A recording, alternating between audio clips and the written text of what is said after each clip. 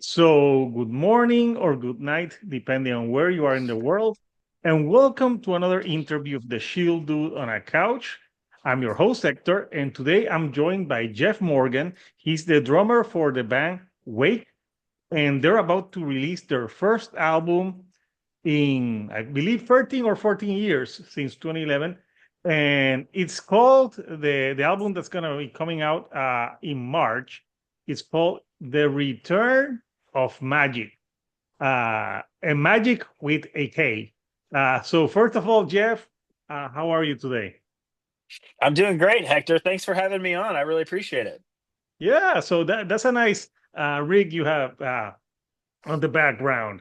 And so I listened to this album in full, and I find it very interesting. And you, as the drummer, we were talking a little bit offline. So you write most of the music? Yeah. So, that's it. I don't say that I write it as much as I capture it when it flows overhead. That's the thing about our music is it's always been very, very ceremonial, and we don't like intend to write music. We're not like we're gonna write some music. We just kind of wait for it to appear, and sure enough, this music just kind of appeared in my head, and so yeah, I captured it.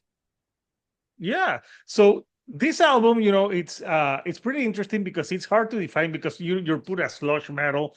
But there's a lot of first of all, some great guitar melodies on this record. There's parts there has like spoken word. Obviously, sometimes the drumming is unrelenting. So I'm guessing you like the softer parts so you can have a break in between songs. And it's a long album, it's like, I think it's an hour in length and it has six tracks. And out of those six tracks, because the last one, the last track is like a instrumental outerlude, but you have like very long tracks. And another thing that I found on this album is like, you even incorporate there's a little bit of like the guitar that I'm reminded of like a bluegrass country type of style as well. Yeah. Yeah. Our guitar player is from Nashville, and he grew up playing lap steel and pedal steel, and he's very influenced by early country music and stuff like that, and he adds beautiful layers to the darkness that we seem to summon up. Yeah, so it's a very I would say it's a very unpredictable record because it goes through like different emotions. And I saw the music video for the title track. That music video is amazing. First of all, this album is coming out obviously on Relapse Records, and you've been around since 1999. So, but let's go back to that video. The video is awesome. Like, you guys are playing in the woods. There's fires. Then there's this woman walking around with a mask. I don't know if she Brittany or is she someone else that's not in the band. The woman that's on the music video. Yeah, that's not anyone who's in the band. That's just a Yeah. friend of ours. Yeah, so that video is we did that all ourselves. I mean, down to us Wow. chainsawing. Yeah, like I had a chainsaw and was chainsawing trees, and our guitar player John was on a tractor moving the trees to the fire, and Brittany, she pretty much was very she coordinated the entire thing. We had a director that came out and brought cameras and just filmed everything. But yeah, that video was all done by us. And yeah, it's a long song, so there's a lot going. It's hard to keep a fire going for 12 minutes straight. And I was all cut up from digging trees out of the woods. But yeah, we did that video ourselves. It was a lot of work, but we're really proud of it. It turned out so great. um Jonathan that directed it and filmed it, his company is amazing, and it just looks so good, and we're just so proud of it. No, it looks really good. It reminded me the first season of True Detective. Yeah, yeah, I Yeah, love that. That was, man, I loved that season when it came out. It was like, yeah, it does. Like the symbols in the the woods, like symbols. Yeah, yeah, exactly. yeah. Yep, it's very similar to that for sure. So it's all about the witchcraft, man. No, yeah, that's a great that like listening to this record, there's a lot of like symbolisms of different types of religions or or like magical beliefs, because uh, the Return of Magic, I think, like you said, it's all about witchcraft. Uh, who writes most of the lyrics? Because I know you have, Brittany does singing, but also you have another person doing singing. So you have a band that very collaborative type of band. So who tackles most of the lyrics for this? Yeah, so there are six of us. So yeah, you're right. It is a big collaboration, and CT is the main vocalist that, as far as like the from the writing angle, he has a real link to the cosmos, and he has very vivid dreams, and he's at one with the spirit world, and so he has a way of describing things in a very dreamlike way, to where it's very open to interpretation, and he doesn't really like to tell you what he means by it. He wants you to interpret it as you interpret it and what it means to you. So he just kind of lays the groundwork, and Brittany, she also does a lot of the lyric writing and a lot of the vocal construction. She takes a big part in that as well. So they just work together and they coordinate, who's going to do what when. And yeah, and it really works to have two vocals, because, hers is very, very powerful and sheer, and his is more shouting and speaking to you almost like a cult leader or something like that. So it does work well. I know, like now that you mention it, I thought that it harkens to the song "Distant Constellations" and the Psychedelic Incarceration, where he's like the youth of today. They're That's screwed. actually so yeah, really. That's actually a spoken word from Jim Dandy from the band Black Oak, Arkansas from the Oh, 70s. So Arkansas, we don't have a lot of really big successful bands that come from Arkansas, but Black Oak, Arkansas was probably the one band in the 70s that just they changed the world. Like there would be no Van Halen if it wasn't for Black Oak, Arkansas. And so the singer of Black Oak, Arkansas, Jim Dandy, we're from the same area, and we've formed a friendship over the decades, and he actually wrote that poem for CT years ago, and he's like, it's not for me and my people, it's for you and the young people, so I want to give you this poem called Psychedelic Incarceration. And it's just crazy because, listening to it now, it's kind of like almost like an anti-drug public service announcement, which is yeah, really but it sounds like if you're on drugs, you would like trip out to it, because right. it's like a very trippy, weird song. So it's good that you mentioned Van Halen, and I thought like, oh yeah, David Lee Roth used to do a little bit of spoken word, only that it was all about like cars and women. But Right. Yeah. Very true. that was the length of his imagination. But yeah, no, that track, it's really out there. I think it's the strangest track on the record. Uh, Hmm. like strange in a good way. People think strange, but yeah, it's because I also thought of like Fear and Loading in Las Vegas, where they're doing that type of talking. So it felt like it was telling a story, but it's kind of like an anti-drug story, but it sounds like you you would do it on drugs. So uh, it's an interesting track, but also I think there's a heavy drum part on that one as well. Yeah, it's very tribal. That song is our favorite song on the record. I think collectively I can say that. It's the longest song. It's the biggest journey. I mean, it starts very minimal and very quiet and beautiful in the spoken word, and then it just gets progressively heavier through the whole song. And by the end of the 12 minutes, you're just like, you're just gasping for air and trying to reflect on what just happened when it's over. So that's probably our favorite song on the record for sure. Yeah, it's a song that you gotta pay attention to it. And I listened to the albums like 4 times, so like every time, because I'm like, this is the type of album that you have to listen to, and like you're gonna get like something different listening to it. So I listened to it like late at night, which was more eerie, also early in the morning. And I like the vocal things, like for second of all, Brittany can do like some screaming stuff and but some beautiful stuff, and I think it really has a lot of layers to it. So I was reading. I know you guys took a long hiatus because you were focusing on life, life Yep. happened, kids, and all that shit. Hmm. Yeah. And we wanted to make sure that we were there for that part of our kids' lives.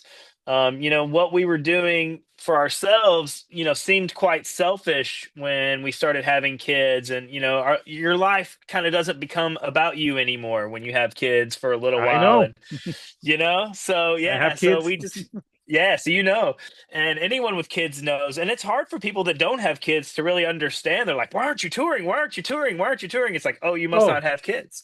oh, I hate those type of people. They're why can't you get here? Why can't you come at night at 9 or 10? Because I gotta put my kids to bed. Yeah. Yeah, it's all about them. It's all about the kids. And so, those 13 years, that's what we were doing is we were, enjoying those moments watching our kids grow up. And as soon as they were like, okay, get away from me, Dad, I was like, finally, thanks. I can have my life back a little bit. So, it was kind of a relief when they were like, get away from us. We're done with you for a while. So it's kind of nice to be able to do what we want to do again. Yeah, did they know that you guys were in a band? Yeah, Or yes, that's always been interesting.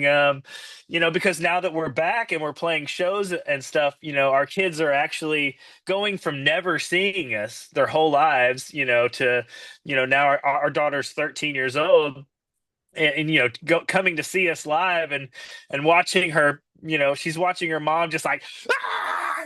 and watching me just like pound the drums and people are like getting drunk and throwing up and so it's a lot to see, it's a lot to witness for a kid. But yeah, I mean, they're definitely starting to realize, that us putting out this record and watching all the love and stuff and watching all the comment and the amount of love and feedback that we're getting, it's definitely something that they're kind of like, are y'all famous? We're like, no, it's not, we're definitely not at that level. It's more of a cult following, but it is pretty cool to watch your kid be like, what's going on with you again? Who are you again? at least they'll be like, hey, mom and dad have a cool have a cool site, a cool job that they're Hmm. doing. And maybe if they never heard, I'm assuming Brittany's your wife then. Hmm. Yeah, we've been together for 27 years. Yeah. The couple that meddles together stays together. Yes. Yeah, so that's awesome. So I'm guessing if when they hear her screaming, I'm like, yeah, we don't want to piss her off. Yeah. Not a scream you want to hear in the kitchen for sure. Not sure, but yeah. So yeah, no, that's awesome, and I think it would be interesting, like if they never in the back of their heads they had no idea about the band because it happened before they were born. So now they get to see you guys, and that's interesting. And you're talking about Arkansas, but actually this week you're the second band from Arkansas that I've interviewed. Uh, I interviewed a smaller band, so yeah, I can see there's some metal scene there in Arkansas. So yeah, that is great. So let me show the artwork of the album, which I think it's a pretty cool artwork as well. So here we have it. So yeah, the Return of Magic. Tell me a little bit about because when I look at this, I think of like it really I think there's Easter eggs to every song on this album artwork. So tell me a little bit about the artwork. Yeah, so we're just like we're proud of the video, we're super proud of this artwork too. That is a photograph. That's not computer generated. Oh wow. There's no Photoshop on any of the artwork. It's all done with photography and all of the stuff that you're seeing there and all of the panels in the artwork. It's all photography and that's actual. We have a friend named Lonnie. She runs a jewelry business where she takes roadkill and bones and things out of the forest and she makes jewelry out of it and she has a great vision and so when we saw what she was doing we immediately were like that fits what we do sonically. And so we reached out to her and we collaborated with her. She has an amazing shop just full of bones and skulls and spines and mummified frogs and you name it. It's like a witchcraft heaven. And so we worked with her and and collaborated with her, and all of the stuff that you're seeing there, that was an actual scene with the jawbones, and then the sticks are all placed all every one by one, and that copper ring with the spikes on it, like that was oxidized there. And the cicada is a real cicada. The roses, the flower petals are real. Like all of that stuff was, the only thing added was the logo and the title. Everything else is all photographed, and we're super happy with how it turned out. We feel like you can stare at this cover while you listen to the music, and it's 1974 again, and you're listening to Pink Floyd and just staring at the cover the whole time, and it just pulls you into this headspace and this atmosphere. And we're just really happy with the way that the artwork turned out. We think it's great. No, it is an amazing artwork, and think being a photography, it looks. I knew it didn't look. It looked like, I didn't know if it was a painting, but I knew it looked very real and awesome. And yeah, it's you got like great things, and harkens to what you did in the music video as well. So yeah, great album cover. I would agree. So we were talking before offline, like because I asked you like because I was thinking like I wonder if they name, because it says there's an R. I'm like, is it Rawak? like, like what is the name of the band? So tell me a little bit about the story about the name of the band. So, as confusing as it's been since the 90s to be called, something so strange and have such a strange name, I love it because it's subjective, just as the way that the lyrics are and the music is and the artwork is. It's up to you to interpret. And we love that. We've met people all over the world that say it a million different ways, and we love that. But the story is, the way it came to be is that when we started in the late 90s, we were called Wake, just regular Wake. There was a couple other bands that we found as we started to get bigger and bigger and play more and more. We found out that there were other bands called Wake. And again, this was in the late 90s, so there wasn't as many as there are now. And because there's still bands showing up with the name Wake. But anyway, so we were like, we need to change the name. And we threw around names, and we just could not find anything that felt right. And one day one of the members had just was really wasted and said, Rake, we should call it Rake. And so we're like, that's it. We'll just add an R onto the front, and we didn't really think about it at the time, but that's very hard to just pronounce it that way in general conversation. Like, me and you, Hector, hanging out here. It's kind of hard to just be like, Rake. Thanks for having us on. I'm from Rake. So, it's hard to pronounce it in a sober conversation that way. So we just still call it Wake. It's what we're used to. But people pronounce it differently all over the world, and we love it, and call it whatever and pronounce it however you need to. We call it Wake just because that's what we know and what we're most familiar with. But I think having the R at the beginning makes it look cooler too. Yeah, like totally. with with the the logo and stuff. So I love the beginning track of the record too. You swore we'd always be together, because it has a very beautiful start to this track, and that's something, because people think sludge and they think it's like hard all the time, but no, you guys really experiment on different sounds, and you know when to be hard and when to be like a beautiful melody on that one. And uh I was reading the guitar player that's with you right now is he's newer to the band, right? Yeah, yeah. So, Austin is the newest member of the band. He's been with us for a couple years, and it's great because he is a technically proficient guitar player, that he loves cynic and he loves progressive metal and stuff. And so he fits right in because while we have always been a progressive band, we've been labeled sludge and doom and stoner and all these different genres, which we love and we understand and we totally get it. We get why that tag has followed us, and we're proud of it. But we've always felt like we were much more progressive, and our I would music call is you more definitely, prog, yeah, yeah, like and we've always a felt that way too. like a band like Intronaut, like something Mhm. like that. That it's like it's weird, like you have because you have a lot of progressive stuff, or maybe I don't know. There can be a new genre, progressive progressive sludge. I don't know. Like every day there's a new genre.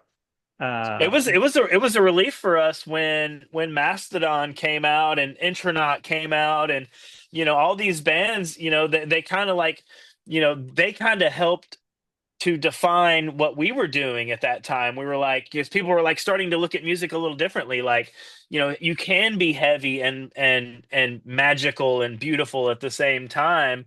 And so, yeah, we've always felt we were more progressive. And so having Austin on guitar, it's great because he has a very analytical mind, and he knows exactly what he needs to do on the fretboard, and it's great. He's a great addition for sure. And John, our other guitar player, he's more from Nashville and does a lot of lap steel and pedal steel, like we were talking about earlier, and so he builds all these beautiful layers and stuff too. So it all just kind of comes together and it works with the newer guitar players. yeah, I was thinking like because this album, I don't know if it's like a concept record or it's like running themes to it, because it felt like there was like a running theme throughout the record for me. Yeah, we're deep, we're long form music listeners, Mhm. and we believe that you should put the record on, you should start it at the beginning, and it should be interesting, and it should carry you all the way to the end. And if you can start a record at the beginning and keep people's interests all the way until the very end, and take them on this journey with you the whole way, and then when it's over, it was an hour long, but it really feels like 15 or 20 minutes when you listen to the whole thing from start to finish. And so, having dynamics, and we're always obsessed with dynamics and sequencing, the way that the records is sequenced, what song goes where, and how it all flows into one piece. That goes back to, what we grew up listening to, and just, listening to a lot of prog records, and having these big long sections of music with tons of dynamic. Just because it's long doesn't mean it's just the same thing over and over. It progresses and Ex- it grows and it develops. Exactly. Yeah. Well, yeah. There's some type of metal that they can have a long song, like more doomier when it takes like a riff for a long time. But I like that's why I agree with the prog thing because you have different time signatures. It's different. Like there's some parts where the like a song goes from one part to another that it's totally like different, but it's the same track. So yeah, it really kept me engaged, and I think Awesome. that that's a good thing. Yeah, because and especially with long music, because if you're gonna have long songs, you don't have just long songs for the sake of being long. Have a long Right. song that rewards the listener uh, Hmm. with the listen, and I think this album does that. So yeah. So you being a drummer, I'm curious, like when you were getting into music, like any drummers in particular that influence you? So I started off on guitar when I was young, and then I switched to bass when I went and saw the Cult. I saw the Cult Ooh, on the Sonic Temple tour in a theater, and he did a bass solo, and it rumbled the balcony, and I thought the whole building was rattling and rumbling, and it felt like the balcony was going to collapse, and we were going to die at any moment. And from this rubble, and it was so scary when he did the bass. So I was like, I want to do that. Like that's so I immediately switched to bass, and I think I was 13 at that time.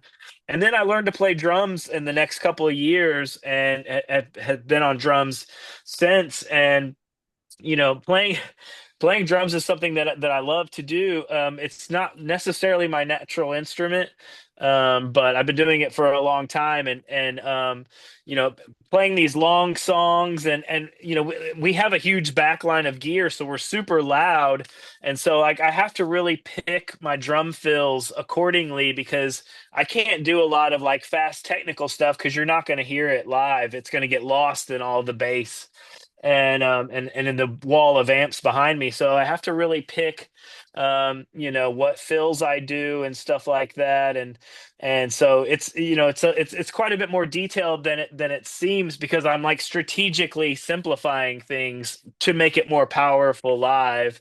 And so yeah, being the drummer and having to play 14 minutes, you're not allowed to mess up if you're halfway through. You can't like a cymbal can't fall over or something if you're 4 minutes into a 17-minute song. Yeah, I'm guessing that would be a problem. So yeah, so the album's gonna be out next month. I think it's March. Let me where when is it coming out? It's in I think it's March. Yeah. yeah, yeah, it's somewhere in March. I gotta check because right now I don't see it. I think it's March 16 or Can't March remember. 16th. There it is. There Yay. and March 15th, and you are doing a hometown release show for that one. You're playing on the 14th, the 15th, and on the 15th, you're gonna be in Little Rock, Arkansas, in the Rep Room. That's the record release show. So, and then you have two shows in April in Louisiana. What can you tell us about that record release show? So we're going to do something really special. I don't know if this is something that people do very often is for the record release show, we're going to play the record in its entirety.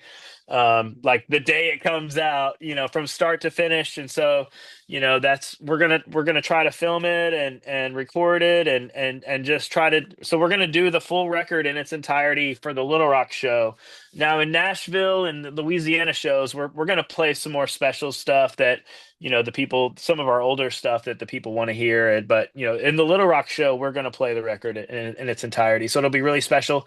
We've got local support from our friends in Morbid Vision and Hag and Little Rock Massacre, so it's going to be a really special show here in Little Rock. Yeah, it's gonna be awesome. You guys are gonna film it. So yeah, so something to look forward. So people, the album is gonna be out on March 15 or 14. I don't know if March 15 is a Friday. It'll be out in March. But the important thing is you can pre-order it now through Relapse Records. And I'm guessing you have a ton of variants. Plus, when I saw the band, like you're on a record label that I really respect because when I think of Relapse, I think of Mastodon, Blood and Thunder back in the Yep. day, and all those bands. Which now, listening to your music, and you mentioned Mastodon and mentioned Intronaut. You guys came a little bit before them, so I wonder if you actually influenced those bands. I mean, I think so. Mastodon in particular, they're from just a little bit south from where we're at, and we used to we knew them back from their old days. But when Mastodon came out, I mean, they knew what they were doing. I don't think that they were influenced by anyone but their own drive of being the Yeah. most amazing musicians on the planet. I mean, they are untouchable. We love them so much, and they're so great, and it's been so awesome to watch them rise to glory. We love them, and so yeah, we were a little bit. We actually opened up for them in Memphis in a basement, and there was like maybe 10, 15 people there before anyone knew who they were. Those are the best shows because those Yeah. 15 people that were there can actually say we saw them before these bands were huge. Uh, Hmm. Plus, I love small shows. They're Yep. more fun because when you see like big bands in big stadiums, it feels more impersonal than when you're like Agreed. in a like a small place. You feel the music. They can actually the musicians can actually see you uh, it's just a different experience. So I'll take a small show besides a huge show any day of the week. So yeah, Jeff, it's been great. First of all, meeting you, talking about the band and everything. So anything that you'd like to say to the fans before we go today?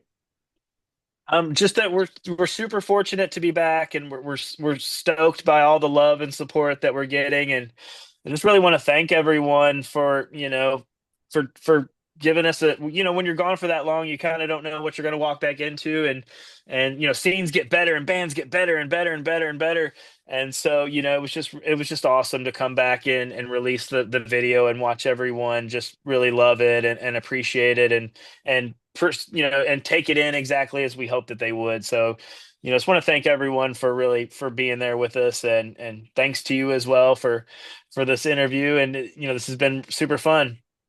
Yeah, awesome. So Couchers, the album's gonna be out on March, and I would recommend this to people who, if you love bands like uh Neurosis, Paul Bearer, Yup, all those type of bands, and like psychedelic slush. That's how that's how what they're calling you on the press release. You will enjoy this album, The Return of Magic. So, again, Jeff, I want to thank you for taking some time to join me from Arkansas here to Puerto Rico. So, until next time, Couchers, this is Hector, the Shield Dude on a Couch, and I'll see you all right here on the couch. Thank you and goodbye.